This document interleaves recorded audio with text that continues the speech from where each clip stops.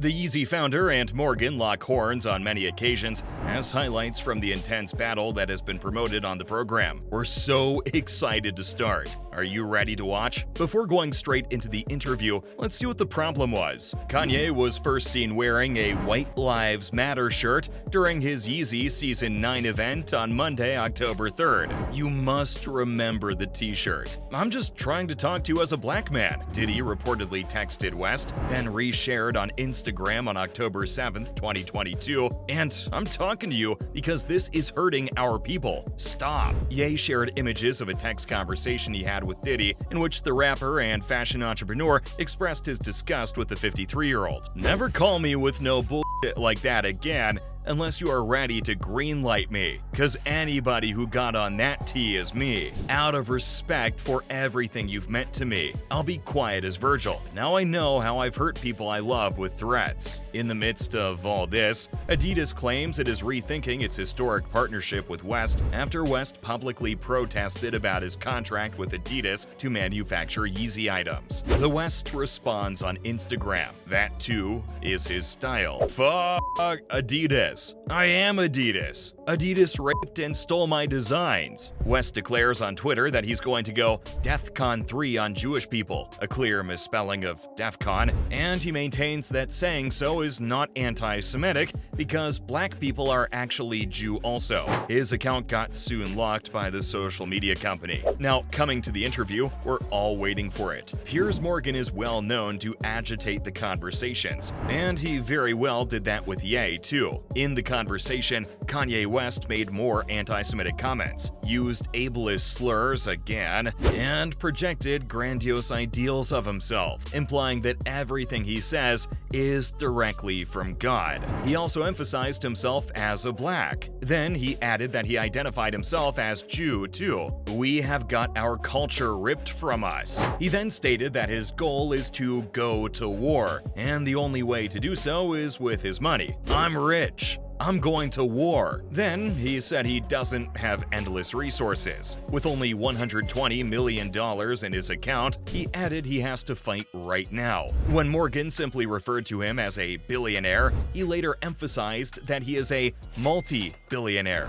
We all know that already, but we guess he wanted to make that double sure. When asked to clarify his offensive remarks, West responded that it was never racism. He even pointed out the 1960 incident. He grew up facing racism, and he said he wanted to express his disapproval because he was hurt. Do you find any valid points in his words? "There was a lack of sophistication in my wording. I said I was sleepy, and it was taken in a way that I didn't mean. I will say I'm sorry for the people I hurt. Hurt people, and I was hurt." Then West started to talk about straight white men, mostly their struggles. Actually, we could not absorb what he really meant by his statements. Maybe you guys will get it. A straight white male can't say a black employee didn't come into work on time because people will say you're racist. A straight white male can't speak to a homosexual person because people will say you're homophobic. And as usual, West could not keep his temper for a long time. He got overwhelmed at times. He even called the interviewer a Karen. It was a bit funny to hear West calling Morgan Christie. "Who was Christie?" "I'm not Karen," Morgan responded. "I'm not going to cancel you, and I'm not going to uncensor you. I'm simply going to challenge you on what you're saying. Do you now regret saying DEFCON 3 on Jewish people? Are you sorry you said that?" Yes, this question has to be asked because the whole world wants a satisfactory reply from Ye. No, absolutely not.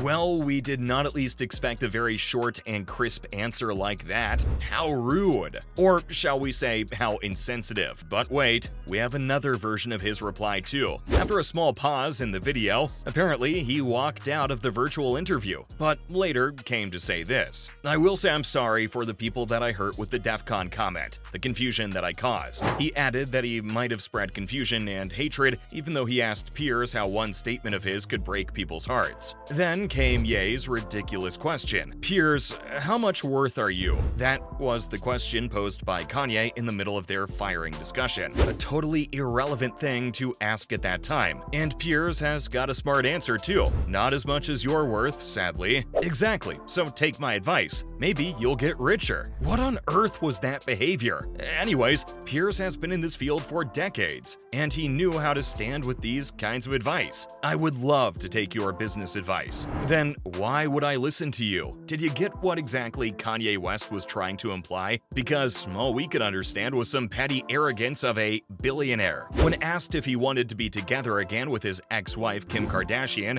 West replied, "Those thirst traps are still on fire." He clarified that he might be officially divorced, but he is still the protector of his previous household. West is gone from her full name, and he said his name is now Ye. If we were ever to be together again, what would our name be? Kim Ye? I will love her for life, and oddly enough, I will protect her. He showed evident interest in Kim Kardashian in that interview. After the interview, West's statements were attacked. Morgan and Sky News, more broadly, have been criticized for allowing the interview to take place in the first place, given West's suspected mental state. Viewers remarked that West's answers were not logical, flowing between paranoia, religious references, and grandiose notions of himself in both the Piers Morgan uncensored interview and the one with Tucker Carlson. Viewers believed that West's apologies for his anti-Semitic statements did not go far enough. Bottom of the barrel. Kanye West goes on Piers Morgan's show, presumably because that's the only show that would have him on, and offers the most ridiculous, half-assed apology ever. Mike Singleton, a popular influencer, added his comments on Twitter, now known as X. Following all of the recent news, Kardashian issued a statement the following week via her Instagram story, condemning hate speech directed towards the Jewish people. Hate speech is never okay or excusable. I stand together with the Jewish community and call on the terrible violence and hateful rhetoric towards them to come to an immediate end. Other Kardashian-Jenner family members have also come out against West's remarks. The first was Khloe Kardashian, to share a popular story expressing her support for the Jewish people. I stand in support of my Jewish friends and the Jewish people, the Instagram story stated. Kris, Kendall, and Kylie Jenner also reshared the post on their respective social media platforms. Following the public backlash, a number of West sponsors and brands have canceled their contracts. That was when Adidas, the German footwear manufacturer, declared that their agreement was under review. Adidas's collaboration with West company Yeesie is thought to be worth billions. This mediocre answer has sparked additional criticism, as West subsequently stated during a podcast interview, "I can say anti-Semitic things, and Adidas can't drop me."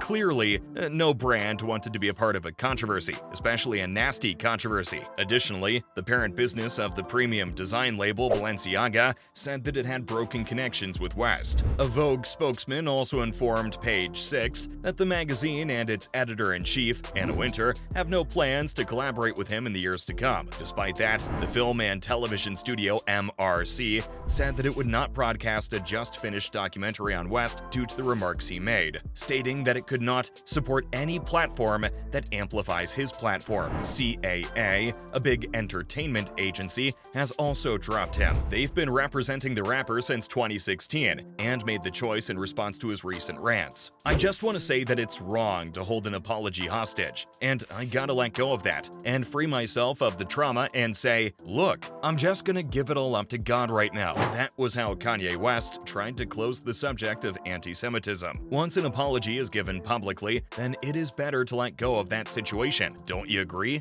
Many are saying West has some mental issues, and his own ex-wife declared him a person with bipolar disorder. We still don't know what made this rapper continue with his ill statements. If you enjoyed watching this video, tap the like button now. Do not wait to share your thoughts in the comment box below. For more celebrity buzz, subscribe to our channel and ring the bell icon. See ya!